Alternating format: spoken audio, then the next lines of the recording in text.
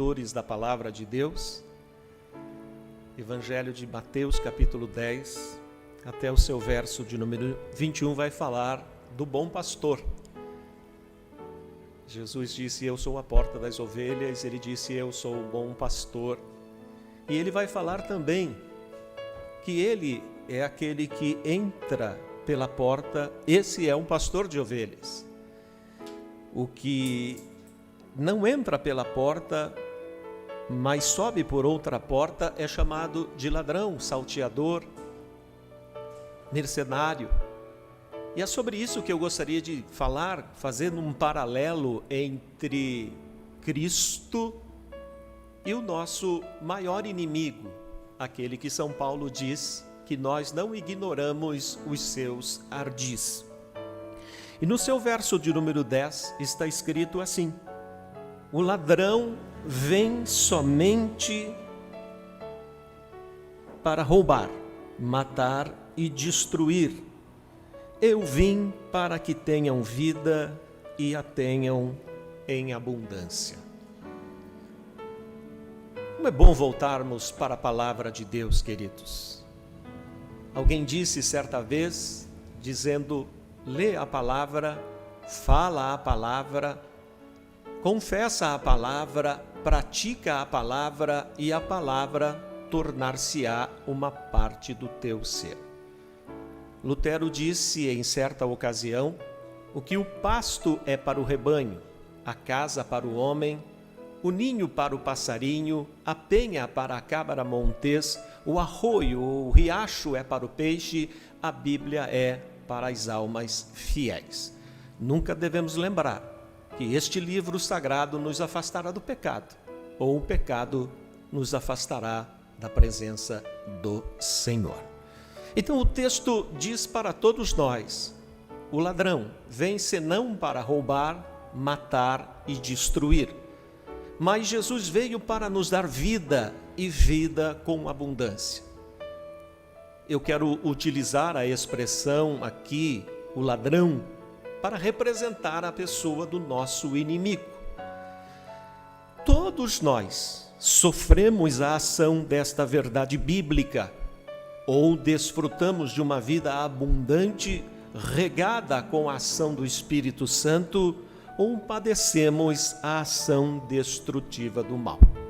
A respeito das duas propostas, lá no Velho Testamento, no livro de Deuteronômio, Deus disse para Israel, a igreja do Velho Testamento: eis que ponho diante, o Senhor diz, proponho a vocês o bem e o mal, a vida e a morte, a bênção e a maldição. Escolhe, pois, a vida para que vivas tu e a tua descendência. A obra tríplice do nosso inimigo, ele só se empresta para esta causa e para esta obra. Ele só serve para roubar, matar e destruir. Mas o nosso Deus veio para nos dar vida e vida com abundância. A obra tríplice do nosso Deus: o Pai planejou a nossa salvação, o Filho a executou cabalmente lá na cruz e o Espírito Santo nos aplicou e nos convenceu desta verdade, nos livrando do pecado, da justiça e do juízo. E todas as vezes que nós, no final de cada reunião, falamos a bênção apostólica, nós lembramos dessa obra tríplice do nosso Deus, que o amor de Deus Pai, que a comunhão, que o amor de Deus Pai, a graça do Filho e a comunhão e a consolação do Espírito Santo seja com todos. Que diferença há entre as duas propostas? Nosso Deus é aquele que nos oferece vida e vida com abundância. E, queridos, nós não podemos servir a dois senhores, como diz o texto de Mateus capítulo 6, pois haveremos de amar a um e odiar a outro, devotaremos a um e desprezaremos a outro. A Bíblia diz que não, até quando ficaremos cocheando entre dois pensamentos? Foi a palavra que o profeta Elias disse aos filhos de Israel: se o Senhor é Deus, serviu; se Baal é Deus, serviu. Então nós não podemos servir, nós não podemos ficar cocheando entre dois pensamentos. Não há como ficarmos imparciais, não há como ficarmos imunes diante desta realidade. Não há neutralidade. Ou nós triunfamos por causa do sangue do Cordeiro e do testemunho da palavra de Cristo, ou seremos escravizados, ficaremos ficando debaixo do jugo do inimigo. Não há como ficarmos em cima do muro. Há uma ilustraçãozinha quando se diz ficar em cima do muro. Ela diz assim: havia um grande muro separando dois grupos. De um lado estavam Deus, seus anjos e seus servos leais. Do outro lado estavam Satanás, seus demônios. E em cima do muro havia um jovem indeciso que havia sido criado num lar cristão, mas que agora estava em dúvida se continuaria servindo a Deus ou se deveria aproveitar um pouco os prazeres do mundo. Este jovem, então, se encontrava em cima do muro. E então, ele observou que o grupo do lado de Deus clamava e gritava sem parar para ele. A expressão usada era: ei, desce do muro agora, vem para cá, passa para o lado de cá. Já o grupo do inimigo não gritava e nem dizia absolutamente nada. Havia um silêncio, uma calmaria, uma tranquilidade, como se nada estivesse acontecendo. Essa situação continuou por um tempo, até que o jovem indeciso resolveu perguntar ao inimigo: o grupo do lado de Deus fica todo o tempo me chamando para descer e ficar do lado deles, mas vocês e os outros deste lado, não, por quê? Aí a resposta foi: é porque o muro é meu. Respondeu-lhe o diabo. Nunca esqueçamos, não existe meio termo. O muro já tem dono. Nós precisamos tomar uma decisão. Hoje Cristo nos chama: vem para o lado de cá. Passa para o lado da graça de Cristo. Ele é o caminho, a verdade e a vida. Eu lembro de uma frase que eu li certa vez, quando diz: prefiro a tempestade com Jesus dormindo no meu barco do que o mar calmo e o diabo remando. Dentro de nós existem, desculpe a expressão, existem dois cachorros grandes e ferozes, seus nomes: bem e mal, luz e trevas. Quem é que vai vencer? Aquele que a gente mais alimenta. Por isso que João 10:10 diz: o ladrão vem senão para roubar, matar e destruir, mas Jesus veio para dar vida e vida com abundância. E como diz o Salmo de número 109, no seu verso 17, amou a maldição, ela o apanhe, não quis a bênção, aparte-se dele, diz o texto. Você já deve um dia ter brincado daquela brincadeira chamada cabo de guerra. A gente, quando era menino, moleque, adolescente, jovem, a gente já pôde brincar dessa maneira, cabo de guerra. Vocês sabem, um puxa para cá, outro puxa de lá. O que vencer será o vencedor. O que tiver mais resistência, mais resiliência, mais força é o que prevalecerá. Há também um cabo de guerra também, queridos. As coisas são assim. Nosso Deus, as coisas do céu, elas nos elevam para cima, nos puxa para as coisas do alto. Por isso que a Bíblia nos recomenda, São Paulo diz: pensai nas coisas lá do alto. Buscai as coisas lá do alto, onde Cristo está assentado à destra de Deus, onde Ele vive. Mas se tem alguém que nos puxa para cima, também tem alguém que nos puxa para baixo. E este é o nosso inimigo. Ele nos puxa para baixo para que nós vivamos apenas essa vida terrena. E a Bíblia diz que um abismo invoca um outro abismo. É um cabo de guerra. Somos convidados para subirmos para cima, mas somos confrontados para descermos para baixo. A decisão sempre será nossa. A decisão sempre será pessoal de cada um de nós. Por isso que Salomão disse em um dos seus provérbios, no capítulo 15, versículo 24, para o homem sábio e entendido, o caminho da vida é para cima, para que ele se desvie do inferno que está embaixo. Conta-se a história da primeira viagem inaugural do Titanic. Ele afundou na sua primeira viagem inaugural e o seu capitão, me parece o capitão, ele chegou a dizer suas palavras dizendo: este é inafundável, esse é insubmergível. E na sua primeira viagem inaugural, o Titanic afundou. E a expressão que eu quero compartilhar é que muitas pessoas morreram. E a expressão que se ouvia era dos relatos dizendo: estou me afundando. Mas outros afirmavam dizendo: eu estou subindo, porque ali havia muitos cristãos tradicionais naquela viagem, e a sensação que eles tinham, enquanto outros diziam: estou me afundando, outros afirmavam: eu estou subindo. Olha a diferença da expressão de cada um de nós quando nós temos a graça de Deus sobre a nossa vida. As duas propostas.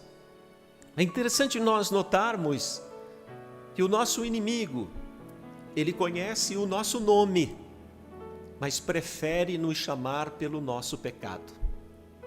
Mas Cristo conhece o nosso pecado, mas prefere nos chamar pelo nosso nome.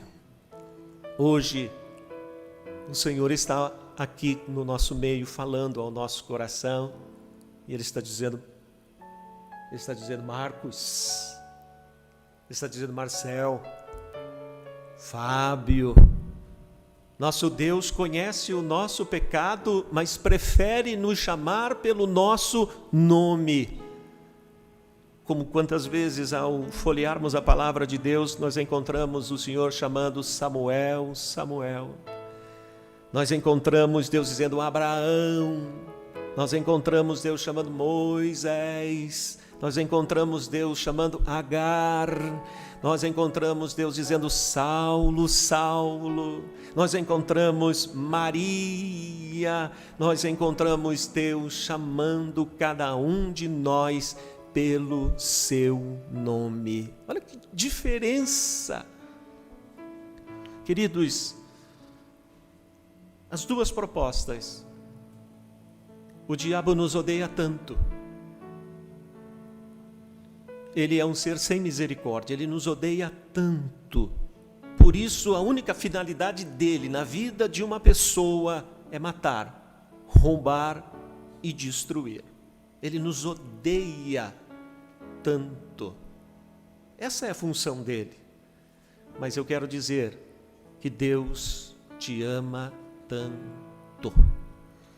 Deus te ama tanto que a expressão usada para descrever o amor de Deus aparece no Evangelho de João, capítulo 3, no seu verso 16, conhecido como o miocárdio da Bíblia, o coração da Bíblia. E todos nós sabemos de cor e salteado esse lindo texto que é chamado o coração da Bíblia. E alguém chegou a afirmar dizendo que se nós entendermos o que João 3,16 está escrito, haveremos de entender toda a palavra de Deus. Nos seus 1189 capítulos, nos seus 31.173 versículos, nos seus 66 livros, nos seus 2 testamentos, Antigo e Novo, se nós tão somente entendermos, compreendermos o que João 3,16 está querendo revelar, nós entendemos o propósito da palavra de Deus. 3,16 está escrito: porque Deus amou o mundo de tal maneira que enviou seu Filho unigênito, para que todo aquele que nele crê não pereça, mas tenha a vida eterna. Se você entender, se você aceitar esta palavra, você será salvo, você será perdoado, seu nome estará escrito no livro da vida e você terá a esperança da vida. A expressão usada para dizer o seu clímax maior se deu lá no Calvário. Cristo deu a sua vida voluntariamente por todos nós. Morreu pelos nossos pecados, segundo as Escrituras, ressuscitou segundo as Escrituras, está vivo à destra do trono de Deus e intercede diariamente por todos nós, segundo as Escrituras. Eu quero dizer ainda que não foram os pregos que seguraram Jesus lá na cruz, mas foi o seu amor por cada um de nós. Alguém disse que criar o mundo custou a Deus uma única palavra: haja e ouve. Mas a nossa salvação, a tua salvação, a minha salvação, custou a vida do seu único Filho. Alguém ainda chegou a dizer, como ainda poderíamos amar o pecado se Cristo teve que morrer por causa dele? Eu quero ler aqui um poema encontrado escrito na parede de uma cela numa penitenciária, quando se fala do amor de Deus. Alguém disse assim: se os mares todos fossem tintas e o céu sem fim fosse papel, e todas as árvores do mundo fossem caneta, e todos os homens fossem escrivãos, para descrever o amor de Deus, os mares se secariam, não haveria papel para descrevê-lo, mesmo estendido de céu a céu, e ainda assim o amor de Deus não seria descrito em sua totalidade. Cristo nos ama, Cristo te ama, pessoalmente, apaixonadamente e poderosamente. A Bíblia diz que ele amou os seus, diz João capítulo 14, no seu verso de número 23. Cristo amou os seus e diz que amou-os até o fim. Seu amor é incondicional. Seu amor não impõe condições. Ele nos ama do jeito que nós somos. Ele nos amou quando ainda éramos pecadores, irreconciliáveis. Ele nos salvou, mas Deus prova o seu amor para conosco em que Cristo morreu pelos nossos pecados. Para encerrar, as 2 propostas. Satanás promete o melhor, mas paga com o pior. Ele promete honra e paga com desgraça. Ele promete prazer e paga com dor. Ele promete lucro e paga com perda. Ele promete a vida, mas paga com a morte. Mas Deus, através de Cristo, paga como promete. Todos os seus pagamentos são com ouro puro. Amém? Ao encerrar essa palavra, o objetivo dela é nos confrontar, é mostrar a cada um de nós o que um oferece. Cada um dá o que tem. O ladrão vem senão para roubar, matar e destruir, mas Cristo veio para dar vida e vida com abundância. Só fazendo lembrança, principalmente no dia de hoje, Dia dos Pais, eu me faço lembrança de que a única paternidade que o nosso adversário tem é o pai da mentira. Quando ele fala do que lhe é próprio, porque é mentiroso e pai da mentira. Mas o nosso Deus, Ele é Pai, Pai nosso, Pai celeste, Pai celestial, Pai dos órfãos, Pai das viúvas, Pai das misericórdias, Pai da eternidade e Pai das luzes. Hoje, eu convido você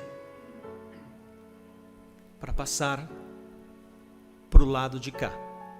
Passar para o lado de Cristo, se ainda não fez, se ainda está em cima do muro, se ainda não tomou a sua decisão, eu te convido. Jesus te convida, eis que estou à porta e bato. Se alguém ouvir a minha voz e abrir a porta, entrarei em sua casa, cearei com ele e ele comigo. Cristo bate à sua porta. A chave está do seu lado, a maçaneta está do seu lado. Abra e Cristo entrará no seu coração. Passa para o lado de cá. Passa para o lado de Cristo. Ele é o caminho, a verdade e a vida. Que Deus abençoe a sua vida, Deus abençoe o seu coração, Deus abençoe a sua decisão.